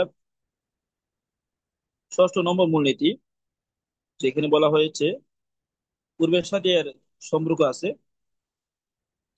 যে এগুলা কুল মানাফিদ আল্লাতি তাখরুজু বিল ইনসানি আনিত তাজকিয়াতি ওয়া তুবঈদু আনিল ফাদিলাতি ওয়া তুওয়াক্কিহু ফির রাদিলা। ওই সকল যাবতীয় গুনার পথ বন্ধ করা, ওই সকল রাস্তা বন্ধ করে দেওয়া যেটা মানুষদেরকে আত্মশুদ্ধির পথ থেকে দূরে সরে দেয়, পবিত্রতার পথ, উত্তম গুণাবলী পথ থেকে দূরে সরিয়ে দেয়, বের করে মানুষদেরকে অন্যায় অপরাধের দিকে নিয়ে যায়। তাহলে গুনার যত পথ আছে, অন্যায়ের যত পথ আছে, এই পথ বন্ধ করতে হবে, গুনাহ ছাড়তে হবে, গুনার সমস্ত পথ বন্ধ করতে হবে। তো হাদিসে আল্লাহ রাসূলুল্লাহ সাল্লাল্লাহু আলাইহি সাল্লাম একটা হাদিস বলেছেন, যে তিনি বলছেন হাদিসে, দরাবাল্লাহু মাসালান সিরাতাল মুস্তাকিম, যে আল্লাহ সুবহানাহু ওয়া তাআলা তিনি দৃষ্টান্ত বর্ণনা করেছেন সিরাতাল মুস্তাকিম, সরল সঠিক পথ। হ্যাঁ, যে পথ পাওয়ার জন্য আমরা কি 5 ওয়াক্ত সালাত আলাইহি দোয়া করি, ইহদিনাস সিরাতাল মুস্তাকিম, ইয়া আল্লাহ আমাদেরকে সরল সঠিক পথ প্রদর্শন করুন। তো আল্লাহ রাসূল বলছে আল্লাহ তাআলা এই সরল সঠিক পথের দৃষ্টান্ত স্থাপন করে, দৃষ্টান্ত বর্ণনা করেছেন। ওয়ালা জানাবাতাই আস-সিরাতি সুরানি ফিহিমা আবওয়াব মুফাত্তাহাতুন। এই পথের দুই পার্শ্বে রয়েছে দুইটি প্রাচীর, সূরা, দুটি প্রাচীর রয়েছে। তো সেখানে উন্মুক্ত খোলা অনেকগুলো দরজা রয়েছে, আবওয়াব মুফাত্তাহা। আর এই দরজাগুলোর মাঝে রয়েছে সুতুরুন মুরসাতুন, পর্দা টেনে দেওয়া হয়েছে। তো এই পথের দুই পাশে, এই দুই পথের কাছে প্রাচীর, ওটালে প্রাচীর রয়েছে, সেখানে দরজা রয়েছে, খোলা দরজা রয়েছে। এই দরজার মাঝে আবার পর্দা টেনে দেওয়া হয়েছে। আর এই দরজার গেটের মধ্যে এই যে যে পথ, এই পথের যে গেট, তো গেটের মধ্যে দাঈন, একজন আহ্বানকারী বলছে, ইয়া আইয়ুহান নাস উদখুলু আস-সিরাতা জামিআন। হে মানুষেরা, তোমরা সবাই সঠিক পথে তোমরা আসো। ওয়ালা তাতাআররাজু, তোমরা কি করো না, বক্র পথে তোমরা চলে যেও না। ওয়াদাঈন ইয়াদউ মিন ফাওকি আস-সিরাতি, আরেকজন এই এই রাস্তার উপর দিকে আহ্বান করে, তোমরা আসো, আসো ইমানের পথে আসো। হ্যাঁ, তো এরপর যখন এই বান্দা যখন চায় ওই দরজাগুলো, যেগুলোর মাঝে পর্দা রেখে দেওয়া হয়েছে, হ্যাঁ, ওই পর্দা যখন কিছু একটা, ওই গেট যখন খুলতে চায়, আর ওই হ্যাক, তো এই পথের মাঝে যিনি দাঁড়িয়ে আছেন তিনি বলছেন, ওই হ্যাক, হ্যাঁ তুমি এটা খুলবে না, লা তাফতাহু, তুমি এই দরজা খুলবে না। হ্যাঁ, তো যদি এই দরজা খুলো তাহলে এর মাঝে তুমি মানে ঢুকে যাবে। এই দরজা মানে এটা হারামের দরজা, এটা হারাম। আল্লাহ রাসূল বলছেন এখানে যে পথ হলো আল ইসলাম, ইসলামের পথ। এখানে বোঝানো হয়েছে যে ইসলামটা হলো সরল সঠিক পথ, ইমানের পথ, যে পথ আপনাকে জান্নাতে নিয়ে যাবে, আল্লাহর দিকে নিয়ে যাবে। আর আর এই যে এই পথের যে কাছে যে দেখা গেছে প্রাচীর রয়েছে, সেগুলো হচ্ছে আল্লাহর সীমারেখা, আল্লাহর সীমারেখা। মানে ওই সীমারেখা এর ভেতরে থাকতে হবে, এর বাইরে যাওয়া যাবে না। ইসলামী যে গণ্ডি আছে এর ভেতরে থাকা যাবে, এর বাইরে যাওয়া যাবে না। আর যে দেখা গেছে সেখানে খোলা দরজাগুলো রয়েছে, সেগুলো হচ্ছে নিষিদ্ধ কাজগুলো, মাহারিমুল্লাহ। আল্লাহ যা হারাম করেছেন সেগুলো হচ্ছে এই সকল উন্মুক্ত দরজা।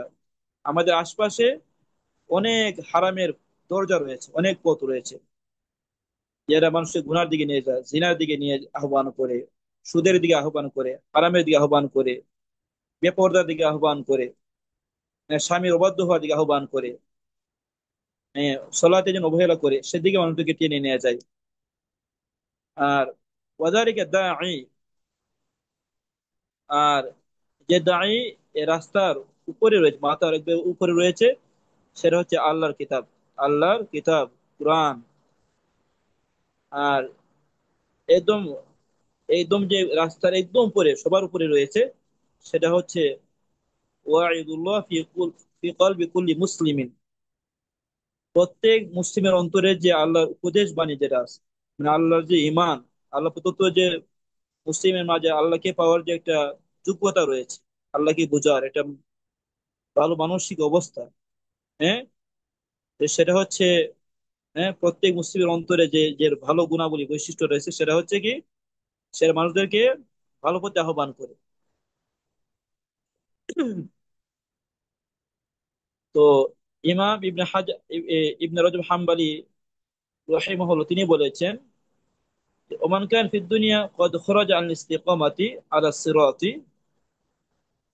দুনিয়াতে যে ব্যক্তি যে সরল সঠিক পথ থেকে বের হয়ে যাবে, ইসলামের যে সরল সঠিক পথ, এই পথ থেকে যে বের হয়ে যাবে, ফাফাতাহা আবওয়াব আল মাহারিমি, এরপর যদি সে হারামের যে পথগুলো আছে, দরজাগুলো, সেগুলো যদি সে খুলে ফেলে, যেটা এই সরল সঠিক পথের ডান বামে রয়েছে, উম, যদি সে তাতে প্রবেশ করে, আর ডানে বামে যে হারামি দরজা সেগুলো কি কি তিনি বলছেন, মিনাস শাহওয়াত ও মিনাস সুবাহাত।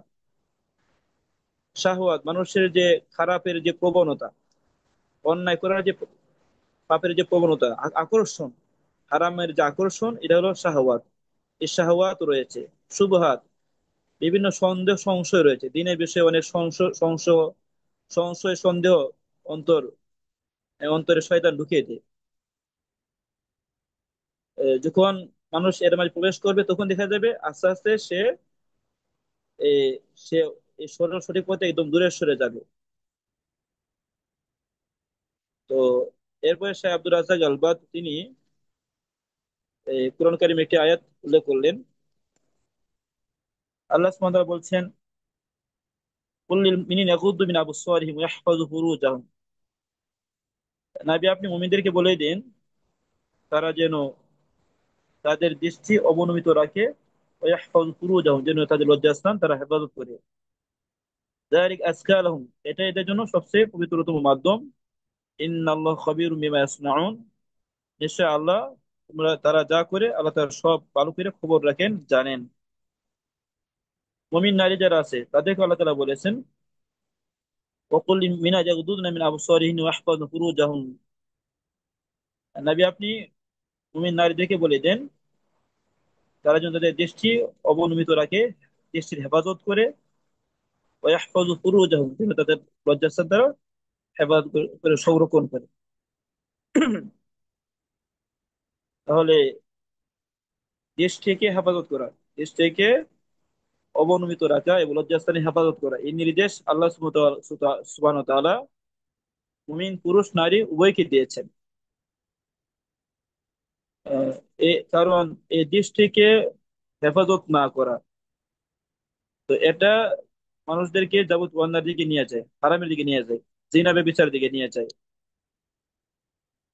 আবু হাইয়ান আল আন্দালুসি অনেক মুফাসসির তিনি বলেছেন, এই আয়াতের মাঝে আল্লাহ সুবহানাহু ওয়া তাআলা যে এখানে কুদ্দিমা গাদ্দুল বাসরি আলা হিফজিল ফারজি, লজ্জাস্থান হেফাজতের আগে আল্লাহ বলেছেন দৃষ্টিকে হেফাজত করার, দৃষ্টিকে সংযত রাখা, অবনমিত রাখার নির্দেশ আল্লাহ দিয়েছেন। তিনি বলছেন কেননা লিআন্না নাযরা বারিদুজ জিনা, কেননা এই যে খারাপ দৃষ্টি, খারাপ দৃষ্টি এর মানুষদেরকে জেনার দিকে নিয়ে যায়, পরকিয়া জিনা বেচারে নিয়ে নিয়ে যায়। ঈদুল ফুজুর যাবতীয় পাপের দিকে মানুষদেরকে আহ্বান করে, অশ্লীলতা বেহায়াপনার দিকে নিয়ে যায়।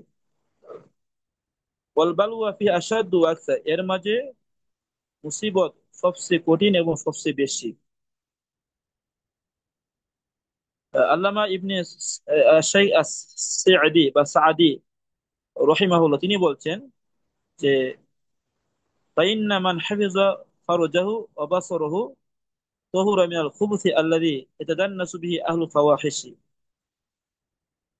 তো যে ব্যক্তি তার লজ্জাস্থান, তার দৃষ্টিকে হেফাজত করবে, সে সে সকল মন্দ স্বভাব থেকে পবিত্র হয়ে যাবে। যার যে মন্দ কাজ করে, অশ্লীল অশালীন যারা আছে, যারা খারাপ, তারা যার মাধ্যমে একদম নোংরা হয়ে যায়, অপবিত্র হয়ে যায়, সে নোংরামি থেকে সে পবিত্র পরিশুদ্ধ হবে। ওয়াজাকাত আমালুহু, তার যাবতীয় কাজগুলো একদম পরিশুদ্ধ হয়ে যাবে, পবিত্র হয়ে যাবে। বিসাবি তারকিল মুহাররম, এই হারাম বিষয় বর্জনের কারণে। তো এবং দেখা যাবে তার মন এক সময় কি হবে, ভালো কাজ করতে তার মনে আগ্রহ তৈরি হবে। এরপর তিনি বলেছেন যে ফামান তারকা শায়ানিল্লাহি, যে ব্যক্তি আল্লাহর জন্য কিছু ছেড়ে দিবে, আউয়াদাহুল্লাহু খায়রাম মিনহু, আল্লাহ তাকে এর চেয়ে উত্তম বিকল্প প্রদান করবেন। যদি আল্লাহর জন্য আমরা হারাম ছেড়ে দেই, তাহলে আল্লাহ আমাদেরকে উত্তম বিকল্প দান করবেন। আল্লামা ইবনুল কাইয়িম রাহিমাহুল্লাহ তিনি বাদাইউল ফাওয়াইদ কিতাব দ্বিতীয় খণ্ডের 820 পৃষ্ঠায় তিনি বলেছেন, প্রতিটা কথার আছে, রেফারেন্স দেওয়া আছে। قال ابن القيم وأكثر المعاصي إنما تولدها من فضول الكلام والنظر، যে অধিকাংশ গুণাগুলো মানুষের মাঝে সৃষ্টি হয় অনর্থক বেশি বেশি কথা বলার কারণে, অনর্থক যে বাজে কথা বলা, অপ্রয়োজনীয় কথাবার্তা, অপ্রয়োজন অনর্থক কথাবার্তা বেশি বলার কারণে দেখা যায় অধিকাংশ গুণাগুলো সৃষ্টি হয় অন্নাজরে, অনর্থক এদিক সেদিক তাকানো। তাহলে অনর্থক এদিক সেদিক তাকানো, এই দুইটা কারণে অধিকাংশ গুনার জন্ম হয়। তিনি বলেছেন ওহুমা আউসাউ মাদাখিল শাইতান, এই দুইটা হলো শয়তান প্রবেশের সবচেয়ে প্রশস্ত পথ। শয়তান যে সকল পথ দিয়ে মানুষের মাঝে প্রবেশ করে, মানুষকে পথভ্রষ্ট করে, এর মধ্যে সবচেয়ে প্রশস্ত দুটি পথ হলো এই অনর্থক অতিরিক্ত বেশি কথা বলা, অনর্থক এদিক সেদিক তাকানো। কারণ দেখা যায় মানুষ এই দুইটা কাজ করতে কি না বিরক্তি বোধ করে না, এটা দেখা যায় যাদের অভ্যাস হয়ে যায়, তারা সেখান থেকে সহজে বের হতে পারে না। তো এই জন্যে এই যে বিচক্ষণ বান্দা যে আছে, তার উচিত হলো সে আল্লাহর কাছে আশ্রয় চাইবে, গুনাহ থেকে, গুনার পথ বন্ধ করবে, সবর করবে, সমস্ত পথ বন্ধ করে দিবে, যে পথ মানুষদেরকে আল্লাহর সামনে থেকে দূরে সরিয়ে দেয়, গুনার দিকে, পাপের দিকে নিয়ে যায়। এবং তার মনে রাখতে হবে, যদি সে গুনাহগুলো ছেড়ে দেয়, গুনার পথ সে বর্জন করে, তাহলে ইনশাআল্লাহ পরকালে আল্লাহ রাব্বুল আলামিন তাকে বিরাট বিনিময় দান করবেন, সর্বশ্রেষ্ঠ জান্নাত, পরকালের যে বিশাল নিয়ামত, সেটা সে পরকালে সে ভোগ করবে। দুনিয়াতে আল্লাহ দেখা যাবে হারামের পরিবর্তে দুনিয়াতে বিকল্প উত্তম বিনিময় প্রদান করবেন। তো আসলে এই হারামে কোনো আরাম নাই, হারামে কোনো আরাম নাই, প্রশান্তি নেই। তো উলামায়ে কেরাম বলেছেন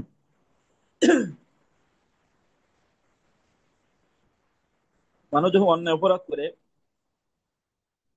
এই প্রভাবটা মানুষের মনে পতিত হয়।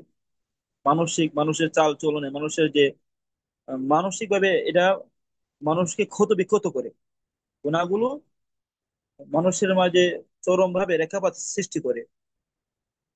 মানুষের চাল চলনে, তার মানসিক অবস্থায় এর চরম একটা ক্ষতি প্রভাব পতিত হয়। দেখবেন গুনাহ থেকে মুক্ত হয়ে চললে মনটাই ফ্রেশ ফ্রেশ থাকে, একটা বিশেষ একটা শান্তি অনুভব হয়। তো ইনশাল্লাহ যদি আমরা দুনিয়ার একটু একটা যে কামনা চাহিদা আছে এগুলো থেকে আমরা বেঁচে থাকি, তাহলে ইনশাল্লাহ আমরা আশা করি আল্লাহ সুবহানাহু ওয়া তাআলা পরকালে আমাদেরকে বিরাট নিয়ামত দান করবেন। সেদিন আমরা সব পেয়ে যাব। আল্লাহ সুবহানাহু ওয়া তাআলা তিনি বলছেন কোরআন কারিমে যে ওয়ালাকুম ফিহা মা তাশতাহি আনফুসুকুম ওয়ালাকুম ফিহা মা তাদউন নুসুলাম মিন গফুরির রহিম। তো জান্নাতে মানুষের মনে যা চাই সব আল্লাহ তাআলা জান্নাতে দিবেন। মানুষ যা চাইবে আল্লাহ সব দিবেন, মনে যা চাই সব দিবেন। যা যা মানুষ বলবে আল্লাহ তাআলা সব দিয়ে দিবেন। নজুলাম মিন গফুর রহিম। হ্যাঁ, অতীব ক্ষমাশীল, পরম করুণাময়, ক্ষমাশীল আল্লাহর পক্ষ থেকে এটা আপ্যায়ন, মেহমানদারি। তো আল্লাহ সুবহানাহু ওয়া তাআলা কুরআন কারীমে বলেছেন ইন্নাল্লাযীনা আমানু ওয়া আমিলুস সালিহাতি কানাত লাহুম জান্নাতুল ফিরদাউসি নুজুলা খালিদিনা ফিহা লা ইয়াবগুনা আনহা হিওয়ালা। নিশ্চয় যারা ঈমান আনয়ন করবে, নেক আমল করবে, কানাতুম জান্নাতুল ফিরদাউসি নুজুলা, তাদের মেহমানদারির জন্য জান্নাতুল ফেরদাউস দান করা হবে। সুবহানাল্লাহ। চিরস্থায়ী জান্নাত, জান্নাতে সারা জীবন থাকবে, সেখান থেকে চলে যেতে চাইবে না। খালিদিন ফিহা লা ইয়াবগুনা আনহা হিওয়ালা, সে জান্নাত থেকে স্থানান্তর হতে কখনো মানুষ কামনা করবে না। এত নিয়ামতপূর্ণ জান্নাত। আপনারা জানেন সর্বনিম্ন জান্নাতে, সর্বশেষে যে জান্নাতে যাবে তাকে আল্লাহ সুবহানাহু ওয়া তাআলা 10টি দুনিয়ার সমান জান্নাত দান করবে। তো বিশাল জান্নাত।